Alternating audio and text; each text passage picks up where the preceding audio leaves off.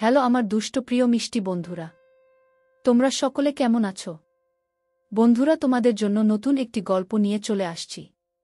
বন্ধুরা, তোমরা আমাকে যে পরিমাণ সাপোর্ট করেছো সেটা বলার মতো ভাষা নেই আমার কাছে। বন্ধুরা, গল্পটি না টেনে শেষ পর্যন্ত দেখলে আশা করি তোমাদের দাঁড়িয়ে যাবে এবং তোমরা হাতের কাজ করতে বাধ্য হবে। চলুন বন্ধুরা, গল্পটি শুরু করি। পরের দিন ভোরেই লিপির নানা বাড়ি থেকে সবাই এলেন। বারান্দার উত্তর মাথায় খাটিয়াতে তখন লিপির দেহখানি সাদা কাফনে মুড়ানো। আগরবাতি জ্বালিয়ে দিচ্ছে মাহিন। লুবনা কাঁচতে কাঁচতে ছুটে যায় সেদিকে। সুজন তাকে পুরো রাস্তা সান্ত্বনা দিয়ে এনেছে। মাহিন মুখ দেখাল তাদের। লুবনা খাটিয়ার পাশে কাঁচতে কাঁচতে পড়ে যায়। সকলে তাকে ধরে ঘরে আনলেন। ইনায়া, তানহা আর মিনহাকে পাড়াপড়শি মহিলারা কোলে নিয়ে বসে আছেন। থেমে থেমে কাঁদছে ওরা। দুপুর নাগাদ এলো রাফিয়া। একা এলো সে। বারান্দায় আসতেই বাড়িতে মহিলাদের মুখে মুখে সবাই জেনে গেল বড় বউ এসেছেন শুনে ছুটে এলো লুবনা। মাহিন এলো পিছু পিছু। লুবনা কাঁদতে শুরু করল তাকেও জড়িয়ে। রাফিয়ার চেহারা অবিকৃত। তাকে নিয়ে লিপির মুখ দেখানো হল। তারপর সে চুপচাপ গিয়ে ঘরে বসে রইল। লুবনা ইনায়াদের ওর কাছে এনে দিল। রাফিয়া কোনো কথাই বলল না। নিশ্চল হয়ে বসে রইল। জোহরের নামাজের পর লিপিকে জানাজার জন্য নিয়ে যাওয়া হলো এলাকার ঈদগাহে। তাকে পারিবারিক কবরস্থানে কবর দিয়ে এসে মাহিন বা মাসুক মিয়া কেউই রাফিয়াকে দেখতে পেলেন না। মাসুক মিয়া ঘরে এসে মহিলাদের জিজ্ঞেস করলেন, আমার বড় বউ এসেছিল দেখলাম, এখন কোথায় দেখছি না যে। কেউই সদুত্তর দিতে পারেনি। লুবনা আমতা আমতা করে বলল, আমি হঠাৎ তাকে দেখতে না পেয়ে পুরো বাড়ি খুঁজেছি। কোথাও না পেয়ে কল দিলাম। আপু বললেন উনি চলে গেছেন। মাসুক মিয়া অবাক হয়ে বললেন, এ কেমন কথা, মরা বাড়িতে এসে আবার কাউকে না বলে হঠাৎ চলে গেল। লুবনা কিছু বলল না আর। খানিক পর লিপির মামামামিও বাড়িতে যাওয়ার জন্য প্রস্তুতি নিতে শুরু করলেন। লুবনা তাদের বলল, আমি আর সুজন না হয় আজ থাকি, 3টা বাচ্চা রেখে মরছে। একদিন থাকি ওদের কাছে। ওরা রাজি হয়ে গেল। লুবনা আর সুজনকে রেখে চলে গেল সবাই। রাতে পাড়াপড়শি সবাই চলে গেছে বাড়িতে। আত্মীয় স্বজনও নেই। ইনায়াদের সারাক্ষণ বুকে আগলে রাখছে লুবনা। রাতে একবার মাহিনকে সে ডাকল বারান্দার মাথায়। সুজন আর লুবনা বেঞ্চে বসেছে, মাহিন সামনের চেয়ারে। লুবনা আমতা আমতা করে বলল, দেখুন ভাই, 3টা মেয়ে আপনার। এরা তো মা ছাড়া চলতে পারবে না। আপনার মায়েরও বয়স হয়েছে, এদেরকে দেখে রাখা তাদের দ্বারা সম্ভব না। এখন কি করবেন কিছু ভেবেছেন? মাহিন দীর্ঘশ্বাস ফেলে বলল, আজই মাত্র লিপি আমাদের ছেড়ে গেল। ভাবার সময় পেলাম কই? রাফিয়াকে ফিরিয়ে আনলে হয় না? সে তো আসবে বলে মনে হয় না। আজ তো দেখলেন কি আচরণ করল। তা ঠিক, কিন্তু ওকে এবার ফিরিয়ে আনা জরুরি। সবাই মিলে একদিন যাই, গিয়ে বলি, আপনার সাথে তো দেখলাম ভালো সম্পর্ক, আপনি বলে দেখুন। আমার মনে হয় আপনার আব্বাম্মা আর ওইয়ে বিচারে দেখেছিলাম মামা। উনাকে সহ একদিন নিয়ে যাই, আমিও যাব। আচ্ছা, সেটা ঘরে কথা বলে ঠিক করব। আমাকেও অবশ্যই জানাবেন। আমারও যেতে হবে। লিপির একটা চিঠি আমাকে দিয়ে গিয়েছিল। তাই নাকি? কবে? ওকে যেদিন দেখতে এসেছিলাম। কি লেখা? রাফিয়া আপুকে ফিরিয়ে আনার বিষয়ে। দেখি চিঠিটা। ওটা বাড়িতে। লিপি এগুলো চিঠিতে বলেছে। সবকিছু সকলের সামনেই পড়ে শোনাব। আচ্ছা ঠিক আছে, তবে চিঠিই বিষয় না। আপনারা সবাই আপনাদের মতো আপুকে আনার প্রস্তাব দেবেন। চিঠি পরের বিষয়। এটাও লিপির কথা ছিল। মাহিন অন্যমনস্ক হয়ে বলল, আচ্ছা ঠিক আছে। লিপিও হয়তো চায় ওর আপু সম্মানের সাথে আসুক। হ্যাঁ। রাতে খাওয়া দাওয়ার শেষে লুবনা ইনায়াদের নিয়ে ঘুমায়। পরের দিন তারা বিদায় নিয়ে চলে গেল। তখনও বাচ্চাগুলো কাঁদছিল। লুবনার কষ্ট লাগে এদের রেখে যেতে। তবুও নিজেকে সামলে চলে যায় সে। 5 দিন পর রাতে মাহিন কল দেয় লুবনাকে। জানায় আগামীকাল শুক্রবারে তারা রাফিয়ার বাসায় যেতে চাচ্ছে। রাফিয়ার পরিবারকেও জানানো হয়েছে। মামাও থাকবেন। সে যেন সকালে তাদের বাড়িতে চলে আসে।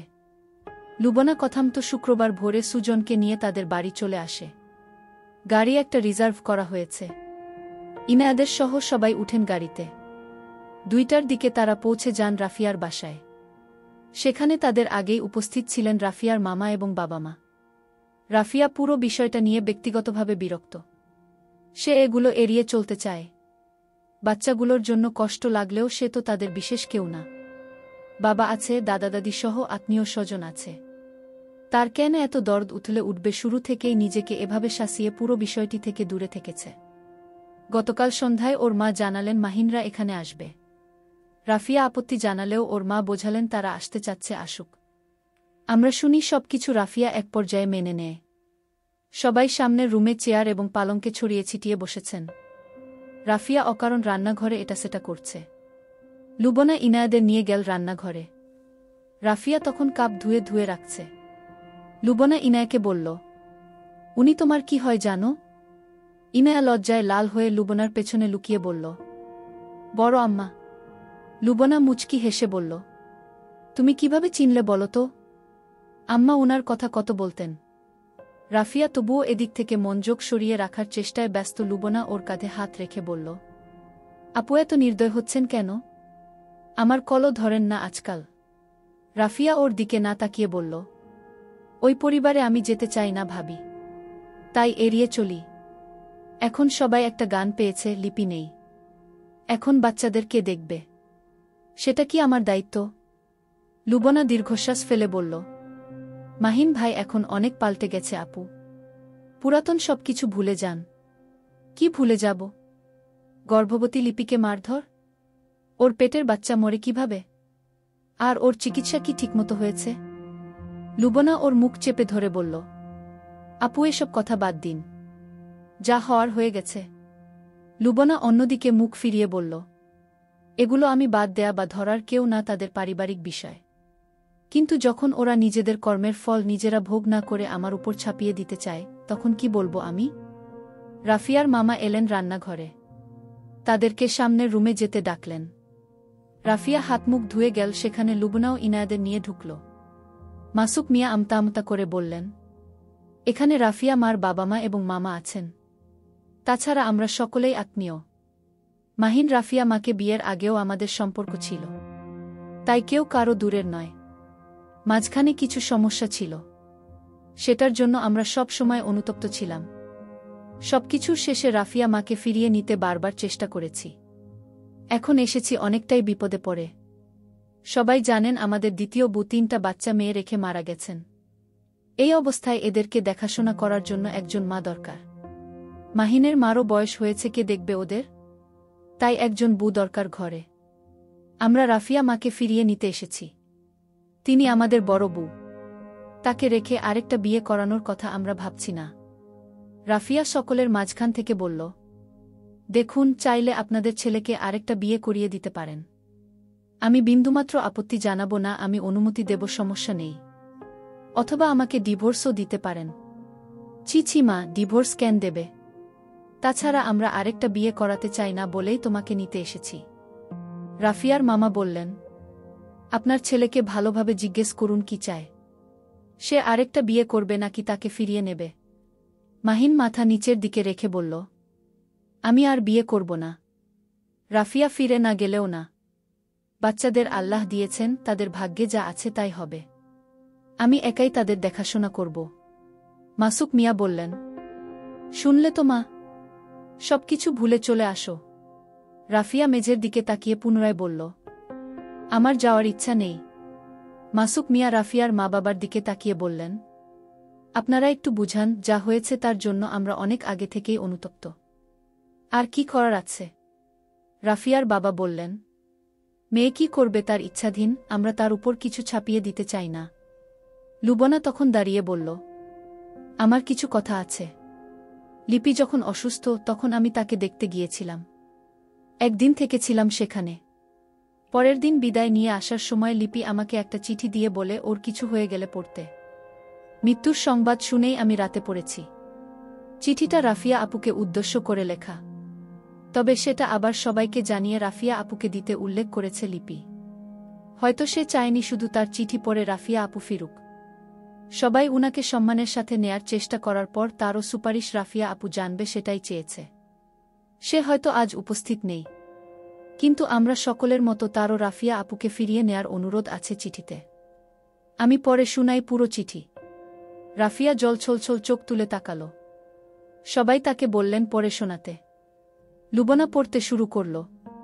প্রিয় লুবনা ভাবি, চিঠিটা রাফিয়া আপুর জন্য লেখা হলেও তোমার কিছু কাজ আছে। এই চিঠি তুমি সরাসরি রাফিয়া আপুকে দেবে না। আমি জানি মৃত্যু মানুষের কথা ফেলতে পারে না কেউ, তাই রাফিয়া আপুকে চিঠি দিয়ে বিপদে ফেলতে চাইছি না। তুমি প্রথমে চেষ্টা করবে মাহিনদের পাঠাতে। হয়তো ওরা এক সময় নিজ থেকেই রিকোয়েস্ট করবে আপুকে, তখনই কেবল এই চিঠি তুমি প্রকাশ করবে। যদি সুযোগ বা সেরকম পরিবেশ হয় তাহলে সকলের সামনেই পড়বে। প্রিয় রাফিয়া আপু, আমি এই চিঠি যখন লিখছি তখন দুপুর 12টা। আমার চোখের সামনে বারবার আমার মা আর নানির কবর ভাসছে। রাতে আজকাল ভীষণ দুঃস্বপ্ন দেখি। আমার কেন যেন মনে হয় এবার আর বাঁচব না। শুনেছি কেউ কেউ মৃত্যুর আগে টের পায়, আমিও সেরকম টের পাচ্ছি হয়তো। আপু, চেতনে অবচেতনে আমি তোমার কাছে হয়তো অনেক অপরাধ করেছি, পারলে মাফ করে দিও। এই চিঠি যখন তুমি পাবে তখন আমি অন্ধকার কবরে। মৃত মানুষদের মাফ করে দেয়া নিয়ম। আপু, আমার কারণেই আপনার সুন্দর জীবন তছনছ হয়ে গেছে। আমি তোমার সাজানো গোছানো জীবনে আগন্তুক হয়ে এসেছিলাম, তারপর তুমি এই সংসার ছেড়ে চলে যেতে হয়েছে। তোমার এই বুকফাটা কষ্ট আমি বুঝতে পারি, কিন্তু আমার কি করার ছিল বলো? মামা মামির ইচ্ছায় আমি বিবাহিত পুরুষকে বিয়ে করতে রাজি হয়েছিল। আমার পায়েও ছিল খুঁত। সব মিলিয়ে আমার মতামতের কোনো মূল্যই ছিল না। যখন সংসারে এলাম তখন একটাই লক্ষ্য, আমার টিকে থাকতে হবে, কারণ জানতাম আমার আর কোনো ঠিকানা নেই। আপু, আমার এই মুহূর্তে কেবল একটাই ভয়, একটাই চিন্তা। আমি মরে গেলে আমার মেয়েগুলোর কি হবে আপু? ওদের অবস্থাও কি আমার মতো হবে? আমি মরে গেলে মাহিন যদি আরেকটা বিয়ে করে তখন এরা কি ভালো থাকবে? এদেরকে দেখার মতো কেউ নেই আপু। আমারও যে ছিল না। এই পৃথিবীতে অসংখ্য মানুষ থাকলেও আমার 4 জন মানুষই কেবল আপন ছিল। 2 জন মারা গেলেন অনেক আগেই, তারা হলেন আমার মা আর নানি। এরপর যে 2 জন আপন মানুষ পেলাম, তারা কেউই আমার রক্তের সম্পর্কের না। একজন হলেন লুবনা ভাবি, আরেকজন তুমি। আমার মেয়েগুলোর জন্য এই পৃথিবীতে শুধু এই 2 জন মানুষ রেখে গেলাম। সত্যিকার অর্থে তোমরা ছাড়া ওদের কেউ নেই। মাহিন যদি আরেকটা বিয়ে করে, তার ঘরে আরও সন্তান হবে, তখন এদের কি দেখবে সে? রাফিয়া আপু, এই এতিম বাচ্চাগুলোর জন্য হলেও তুমি পারলে ফিরে যেও। জানি এই অনুরোধ করে আমি বিপদে ফেললাম, তবুও আমি বলছি, আমার বাচ্চাগুলোর দায়িত্ব আমি লুবনা ভাবি আর তোমার উপরে দিয়ে গেলাম। এদের ভালোমন্দ সবকিছুতেই যেন তোমরা 2 জনের মতামত মাহিনের পরিবার গুরুত্ব দেয়, এটাই আমার অনুরোধ। ইতি। রাফিয়া আপুর সাজানো গোছানো জীবন এলোমেলো করা এক আগন্তুক। চিঠিটা পড়তে পড়তে বারবার চোখের পানি মুছে লুবনা। রাফিয়া 2 হাতে মুখ থেকে ফুপিয়ে ফুপিয়ে কেঁদে কেঁদে উঠে। মাহিন উঠে বাইরে চলে গেল। মাসুক মিয়া ধরা গলায় বললেন, আমাদের আর কিছু বলার নেই। রাফিয়া মা, যা ভালো মনে করো তাই করবে। রাফিয়া চোখ মুছে বলল, লিপির মেয়েদের এখানে রেখে চলে যান আপনারা। লুবনা চোখ মুছে বলল, আপু, এরকম কি লিপির মেয়েরা ভালো থাকবে? ওদের পরিচয় কি? ওরা বাপের সাথে থাকলে সামাজিক যে মর্যাদায় থাকবে সেটা আর কোথাও পাবে না। ওদের তো মানুষ করে বিয়েও দিতে হবে। তুমি প্লিজ ফিরে যাওয়ার বিষয়টা ভেবে দেখো। দরকার হয় মাহিন এখানে ইনায়াদের নিয়ে আজ থাকুক। একদিন তুমি ভেবে দেখো, বাকি সবাই চলে যাব আমরা।